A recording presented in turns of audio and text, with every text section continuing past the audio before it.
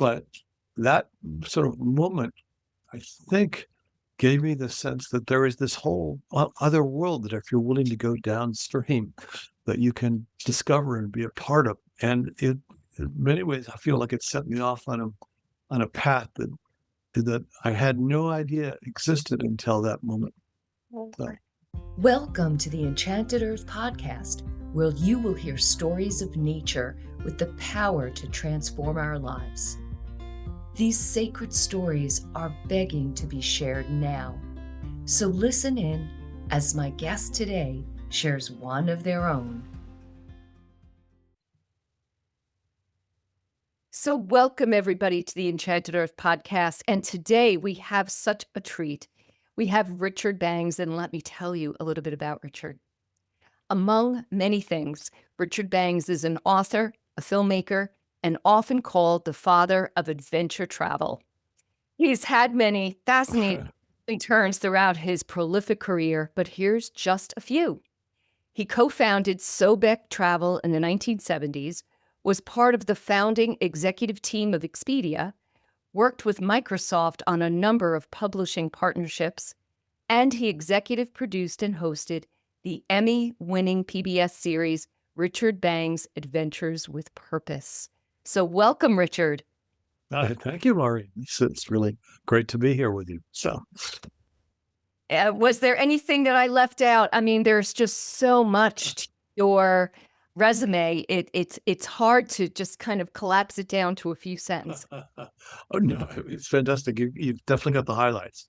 Well, so yes. I can't complain. So the theme that runs, of course, throughout your career is bringing these adventure travels to the public, bringing it to people either on your tours that you've done all over the world, mostly rivers, and I know we'll talk about that, but also to us through books and articles and your journalism and publishing and filmmaking and all of that. What fascinating life you have lived so far. well, so far it's a good sort of operative phrase. I hope it continues robustly as long as possible. So it's been a great journey, and there are, as you said, twists and turns. Hopefully there are many more ahead. So we'll see. Yeah. And I did pick up your book, The Art of Living Dangerously. Thank you. Yes. Wow. The art of living like, death is not even a word. Yeah. It's an afterthought. Yeah. Some situations you've gotten yourself into, and I'm only halfway through it. I have gasped a number of times. Oh, wow. We should have gotten an audio of that. Well, great. So one of the questions I always ask my guests is, can you tell me a little bit about the land that raised you? The land that raised me. I grew up in the Washington, D.C. area. My father, and it's no secret at this point, there's certainly been a lot of publications citing his work. My father was part of the early recruitment into the young CIA. I was born in New Haven, Connecticut, where my father was a graduate student at Yale. And the original several classes of the incipient CIA came from Yale, and we moved to Bethesda, Maryland. And I guess one of the seminal moments for me was that the CIA initially was in the Foggy Bottom downtown Washington, D.C., near the State Department, but then they moved it to Langley at some point. And my father began to take a canoe across the river to work. And I thought this was such a cool thing. And he belonged to a group called the Canoe Cruisers Association, which is a group of Washington, D.C. bureaucrats primarily, who would, throw away their ties and suits on the weekends and go paddling. And so I joined that group. I was inspired by, I think, my father, and also inspired by his sort of global perspective, which came with working with the company. as he was an internationalist in many respects, as as was the community that I grew up in. Bethesda was really filled with diplomats and peoples from around the world who were stationed in DC, often just for a 4-year stint. So there was a revolving door all the time, but it was just an influx of people who had a global perspective, and I think that was very very influential in my perspectives growing up, and then combining that with the sort of the activity of paddling down the Potomac River. And I took that and beyond the Potomac and started going up and down the eastern seaboard, where there's so many extraordinary rivers coming off the Shenandoahs and the Blue Ridge and the various ranges up and down the East Coast. And I had a blast. It really helped shape, I think, my passion in life. Did you know that this podcast was inspired by my book, The Enchanted Earth? These life-affirming conversations spark joy and affirm your own magical experiences. Purchase links are below in the show notes. Now back to today's guest. Wow, it's just so amazing to think about the two huge influences, the river and then like a global perspective Yeah. that drew you to get out into those rivers all over the world and to explore and then also connect with all these different cultures Yes. around the world. And that's how I became aware of your work is with your PBS show Adventures with Purpose. And I just kind of was like, oh, there's a guy that really gets it. I mean, it's so much more than just the travel and the beauty, and it's meaningful, it's purposeful. So that show I have really enjoyed. Thank you so much. And um, uh, I think it's nice to connect with you because of the sort of layered and dimensional approach to traveling and seeking and questing and all those things that come with sort of stepping beyond your own community and into others, which brings so many surprises and delights. And it's a very, to me, it's sort of recapturing that childlike sense of wonder whenever you turn a new corner and you meet somebody who is different but similar than our own, different ways of thinking and seeing and expressing. All those things I think can bring a sense of newness and excitement and originality that I think stagnate when you stay in the same place and don't venture out. One of the great dangers I think of being insulated is that you perceive the other as somebody to be wary of or to distrust or to blame your own shortcomings or the shortcomings of your government or society or whatever. It's all somebody else's fault. And as I think Bill Maher often says on his show, there really are no monsters in the world. You just have to get to know them. And it's really kind of true.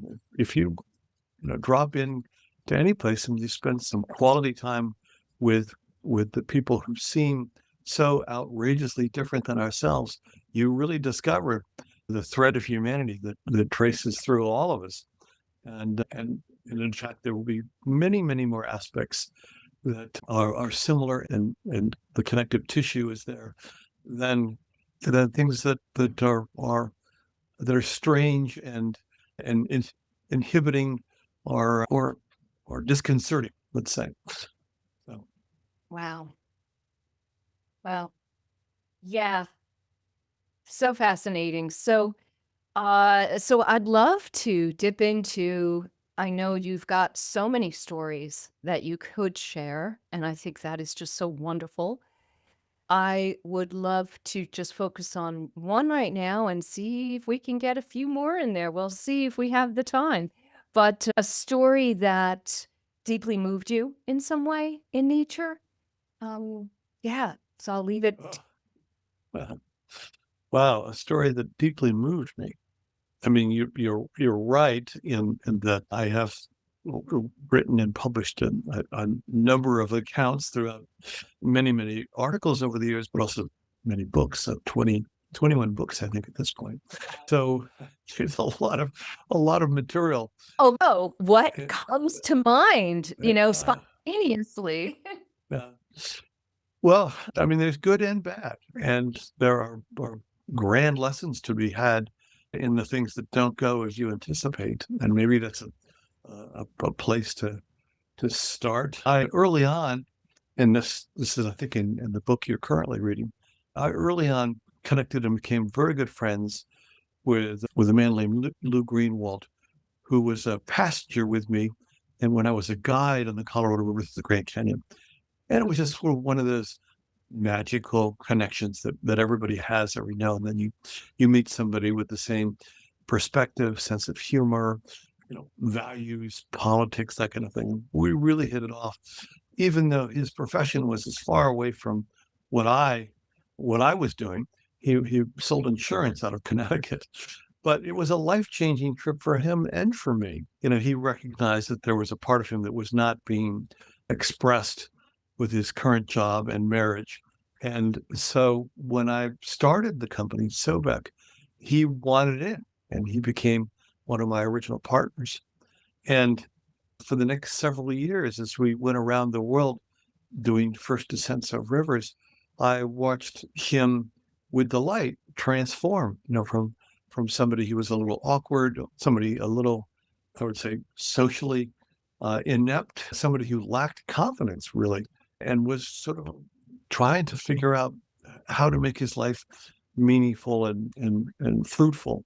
And I watched him change spiritually and physically. He got in amazing shape, doing these river trips, and he was just so delighted and curious to see these different parts of the world and environments, etc. And for several years, we shared so much together. And there was a descent of the Blue Nile in Ethiopia that I decided to pass on because I had decided I'd started publishing at that point and was excited about churning out articles. So I decided I would go back to school for a year and get a master's in journalism. So I did.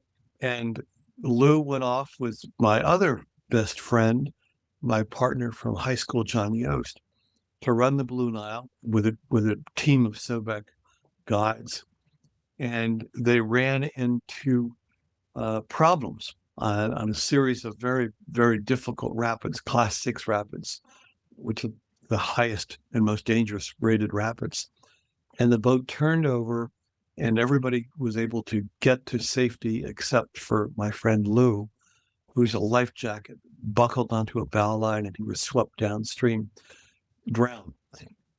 I wasn't there. I got a phone call from John Yost, my partner, and it was one of those things that just I was 25 years old or something, just totally devastated me.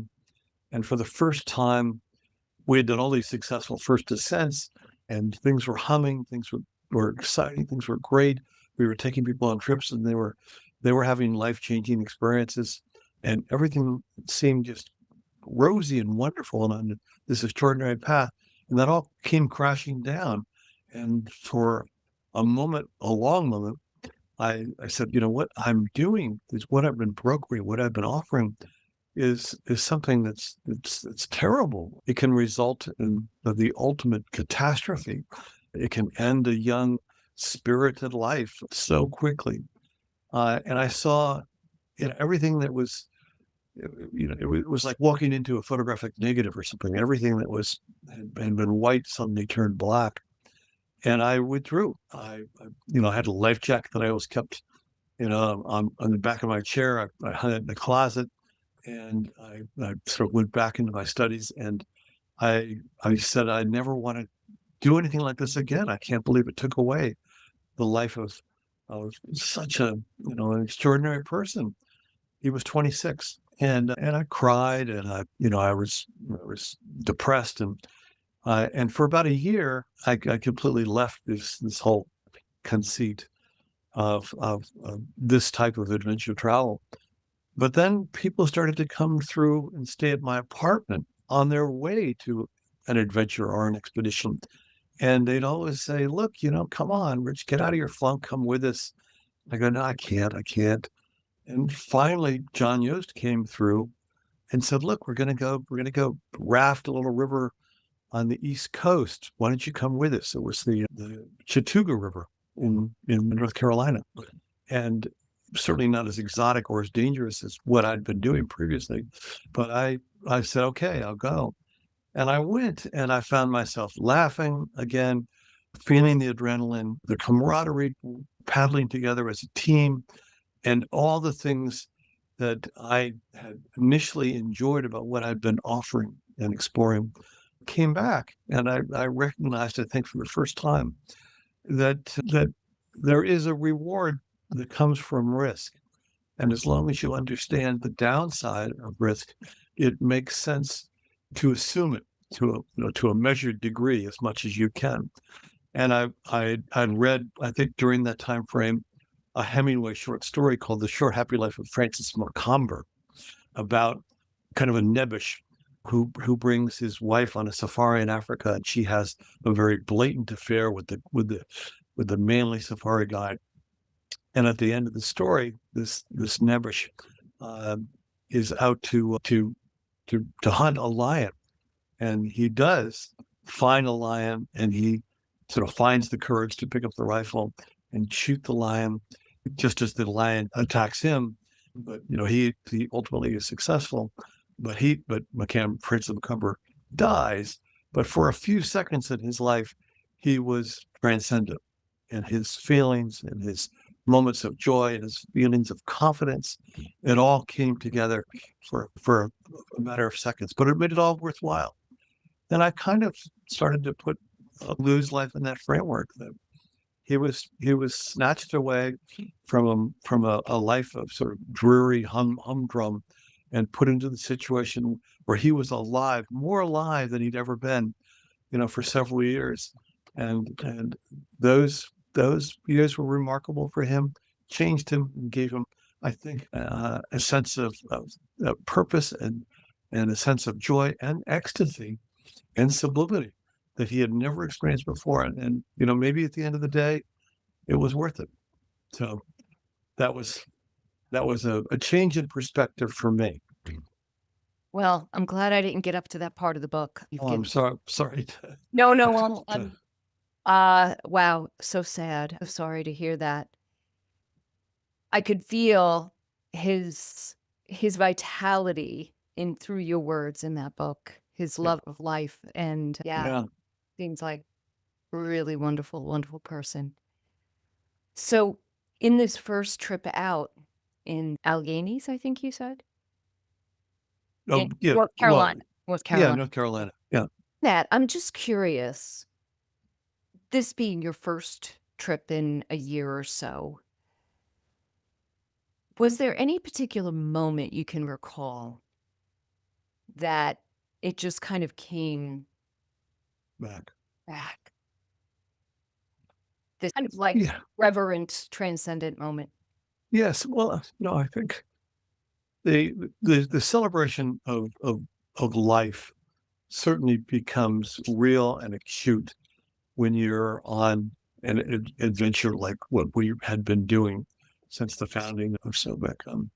It's true that the concept of the sublime, which was first articulated by the Romantic poets of the middle 19th century, from Percy Shelley to Lord Byron, Wordsworth, etc. They were in a period where Britain was undergoing sort of rapid industrialization, and London had turned into this cesspool. It was the pollution everywhere. Crime was on the rise. The weather was miserable, and so they went to Switzerland, and they were in the clean air, the mountain air, and some of them who expressed this idea of the sublime would stand on the edge of a precipice and watch an avalanche roll down the hill, and they would feel more alive, more energized than anything else in their lives. Certainly nothing in the UK gave them this feeling of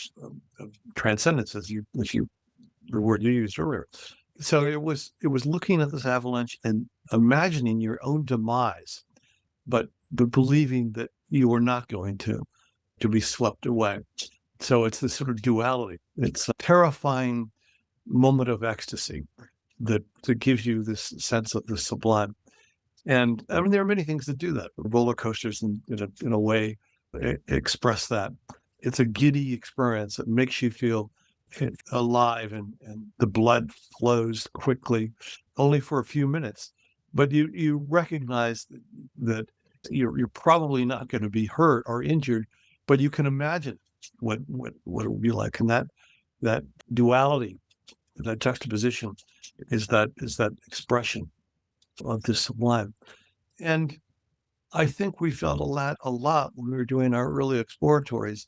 And then I lost that when I was in my apartment studying for my degree. And when I got back on the river, it was again these almost indescribable feelings of being in a very fantastic and somewhat scary, but also joyous place at the same time. And it, particularly sharing it with friends, made all the difference in the world. There is something that happens when you take a trip like this, where you can begin with a group of strangers, and you navigate through hazards together and solve problems together, and you bond as you do, in these type of things. And at the end of it, you become intimate friends, and often lifelong friends as a result of the shared experience. And I felt that sense of community is too broad of a word, but maybe intimate community that came from getting back on the river. And I recognize I missed it, and I recognize that it's worthwhile and it's worth a pursuit. Well, I don't know if that answers your question, but still. Yeah, yeah, yeah. I can see that, aspects of what you just described being on a river journey. I have experienced going to retreats, Yeah. spiritual meditation retreats, and being with groups of people, or shamanic retreats where you're doing rituals together, ceremony, you're eating together, you're sharing prayer, sharing stories. And, after a week, you're this family. Yes. Good way to put it. Yeah. Yeah. Yeah, and I do have friends that um have been with me since some of those experiences. So yeah, really, it's definitely a gift. It is a gift, and it's remarkable because that type of access to sort of like-minded people in a shared environment is not readily available in regular life. So, most people work in an office, and there is a sense of distance between coworkers. There are often rules about becoming too intimate with people. My son worked at Amazon for a while and absolutely hated the experience because the rules were you couldn't socialize with anybody. You just had to do your job, and cameras are everywhere. And you couldn't talk politics. You couldn't talk religion. So he quit. He quit the company. But it was, a sanitized and deeply disturbing, ultimately, experience that took him 8 or 10 hours a day out of his life.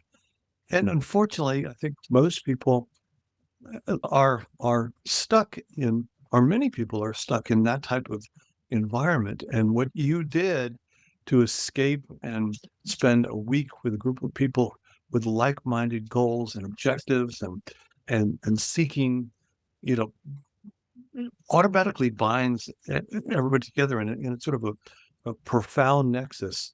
Um, uh, and you come out of it, feeling that you have a new family. So Yeah. I think what you've done, is very special, and we need more of Let's open it up to another experience that you'd like to share. it. There's certainly so many moments where I felt that often just by sheer luck, that I found myself in a unique situation. And no, this only happens if you venture and if you're willing to take some risks. I remember when we did the first descent of a river in Ethiopia called the Omo. And the Omo is known in some circles because on the lower reaches, it's where Louis Leakey made some of his early discoveries about early man. Um, a lot of early human fossils were discovered there that sort of dialed back to the beginnings of Homo erectus. And it's one of the largest rivers in Ethiopia. Ethiopia is the Tibet of Africa, an average elevation of 8,000 feet, with huge rivers that fall off the plateau in all directions. But the Omo was one of the classics, and we did the first descent. And as we're getting into the lower reaches, it's very remote from from anything. It's about as deep a wilderness as you can get. But there are many people who lived in villages along the banks. Two particular tribes that we've spent time with, the Bodhi and the Mursi. And it appeared as we made contact that they had little, if any, contact with Europeans, whites. The women and children, when they see us, would run to their huts and hide. And the men were cautious and came down with their spears. And they were essentially naked with occasional loincloths pounded from tree bark and a lot of scarification, a lot of lip plates. You've probably seen photos of those where the women would adorn with these huge clay lip plates, often the size of a small pizza or something, extending their lips. And we thought this was extraordinary. We started corresponding with an anthropologist in England, David Turton at the University School of Economics, who had been eyeing trying to get into this area for years, but had never found a way to do it. And he thought that this was first contact. May or may not be, who knows? But it certainly was an amazing encounter. And they speared a hippo for us and barbecued it up, and we shared it with them. We took them out on our rafts. They took us out in their dugouts, and we got to share cultures in what seemed to be a very profound way.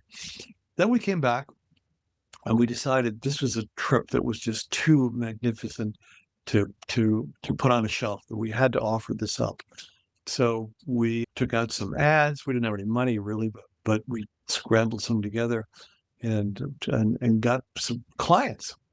So we went back down the Omo River a few months later with a few people who had signed up or were eager to see what we had found on this river. And it's very much like the Colorado to the Grand Canyon, but with many, many more dimensions to it. Lots of wildlife, lots of hippos and crocodiles, and beautiful waterfalls that would cascade off the canyon walls. Just it's a really special and singular place. So we got down to the Mursi village that we had met before, and this time they were happy to see us. They wanted to come out and trade with us, or they were just they wanted to touch us. One of our clients had long blonde hair, and the women could not stop touching her hair because they'd never seen anything like this before. And as we're leaving, I turn around and I noticed that one of the Bodhi members, or the Mursi members, naked, had this pair of Ray-Bans on. And I'm going, where did those come from? And a client in the boat goes, oh, I traded my Ray-Bans for this stool that they carved. And he held up the stool, and he was proud of it. And I thought, oh, this is awful. I mean, this could be like the gods must be crazy. Introducing something like this into a very integrous culture may have, downstream effects that are not desirable. What if he becomes, somebody who's more important because of this incident where we gave him something that is not available to anybody else in the tribe. So I came back distressed with what had happened, but not knowing what to do. And I sat down and composed a letter, and I found this letter just about 2 months ago or something. And I outlined what had happened, and I asked if we could find or elicit some advice. And I sent it to the head of the anthropology department to every university in the country, and to David Turton at the London School of Economics.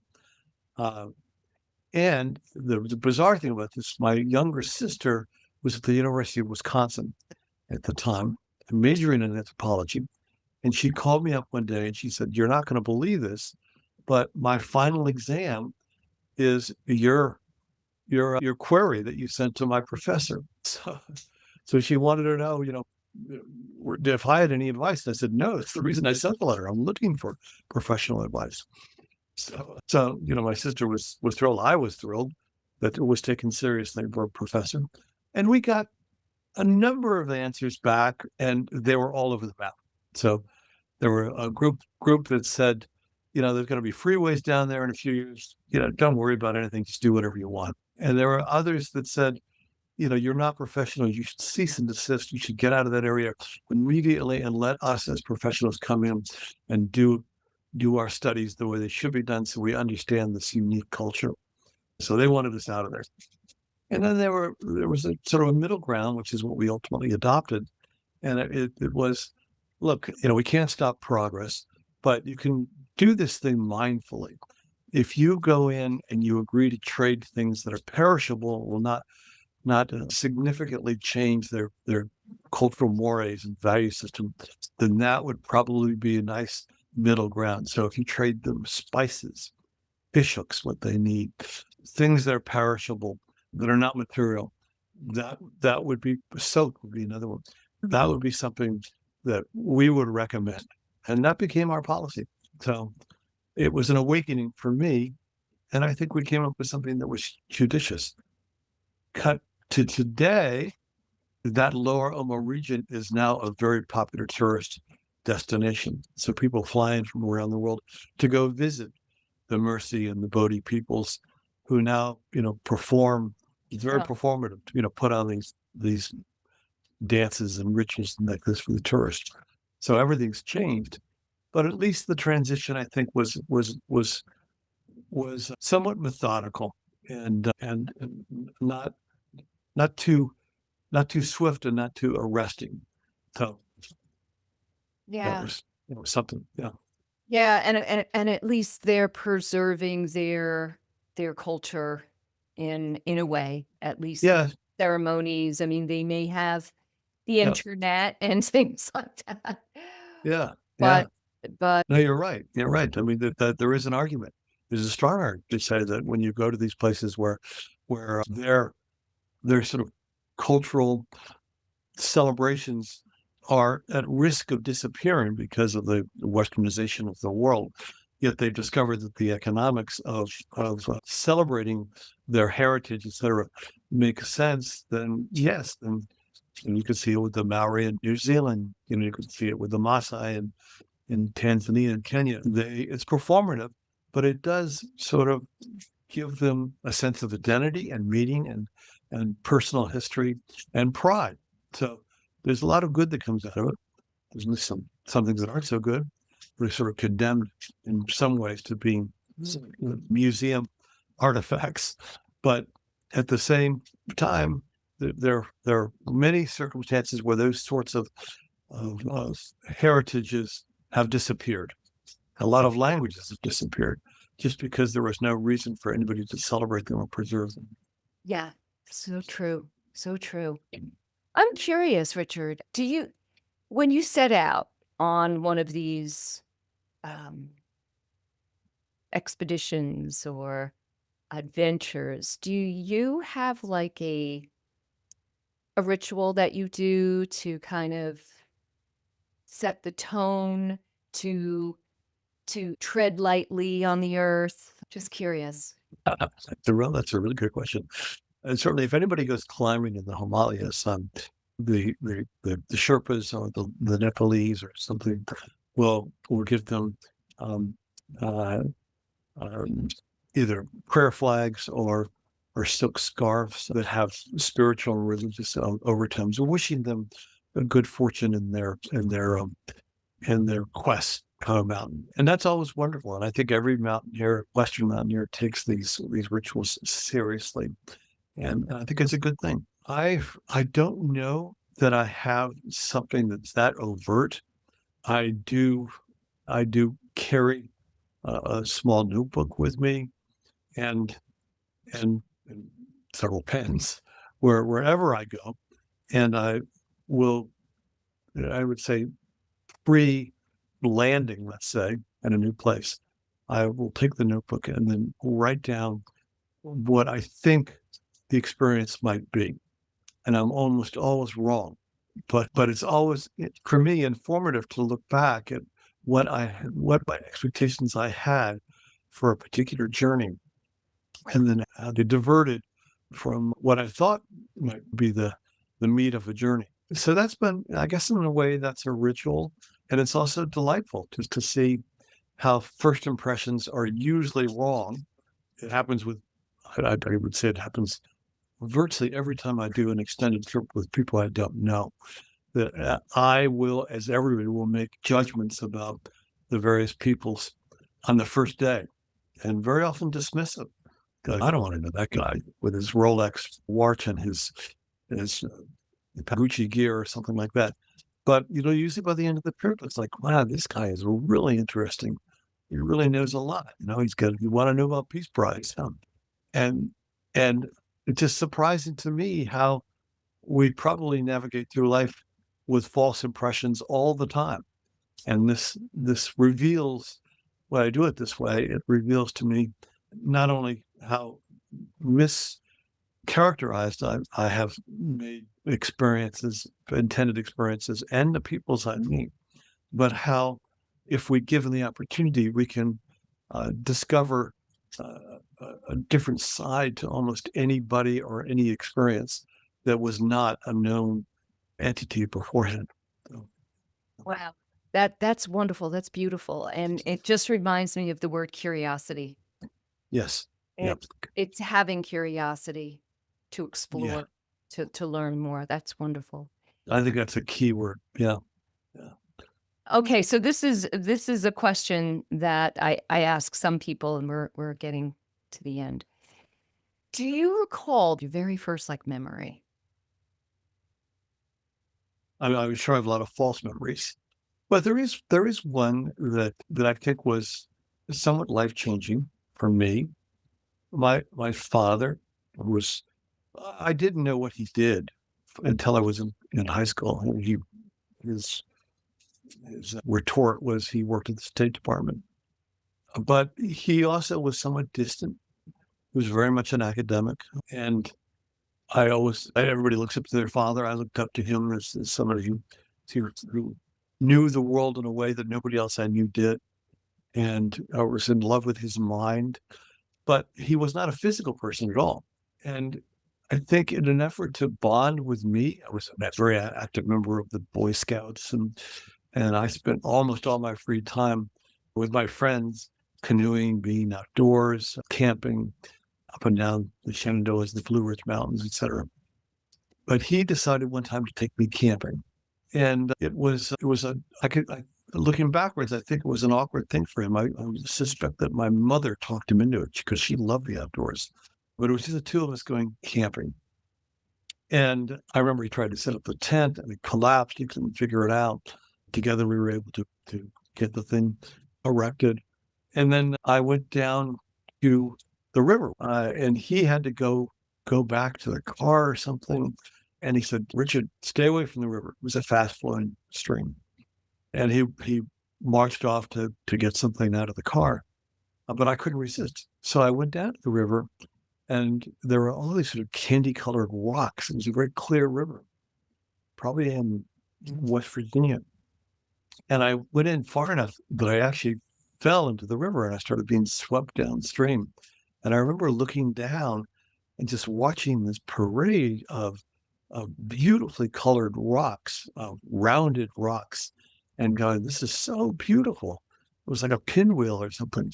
And I was being swept downstream, and I finally got to a point where I pulled out. I got out, and it was a hot day, because I remember I came back up and I thought, "Oh, my father's going to be upset with me." But by the time I got back up to the camp, I was dry again, and he had no idea. He said, "Where'd you go?" And I guess, "No, I just went down, just walked along the bank." And he had no idea that I had fallen in the river. But that sort of moment, I think, gave me the sense that there is this whole other world that if you're willing to go downstream, that you can discover and be a part of. And in many ways, I feel like it set me off on a path that I had no idea existed until that moment. So Richard, how old were you roughly? I think I must have been 8 or 9 years old when that happened. Wow. What a beautiful, call for you. You just had to step into that water. It's such a beautiful, pull to your calling in life to be in that water. It was. It felt so embracing. It felt invigorating. It was just everything about it was a positive, from my remembrance, was a positive feeling that was different than the feelings I'd had before. So we've all Wow. had those moments, but that was certainly one for me. Wow, this has just been such a pleasure to talk with you, Richard, and hear your beautiful stories. Thank you. Thank you so much for taking your time and being on the podcast today. It's a thrill. I enjoy it. It's fun to reflect and to think about, yeah, about all this that that has happened and hopefully will happen. So Yes, beautiful. And to all of you who are watching, please like, subscribe, comment below. I will respond to your comments. Thank you so much for checking in with us today and have a beautiful Enchanted day. thank you so much. So. Thank you for being a part of the Enchanted Earth podcast. Please hit the subscribe button so that you'll know when we publish another inspiring episode. Check out my book, The Enchanted Earth, available wherever online books are sold. Thank you and have a magical day.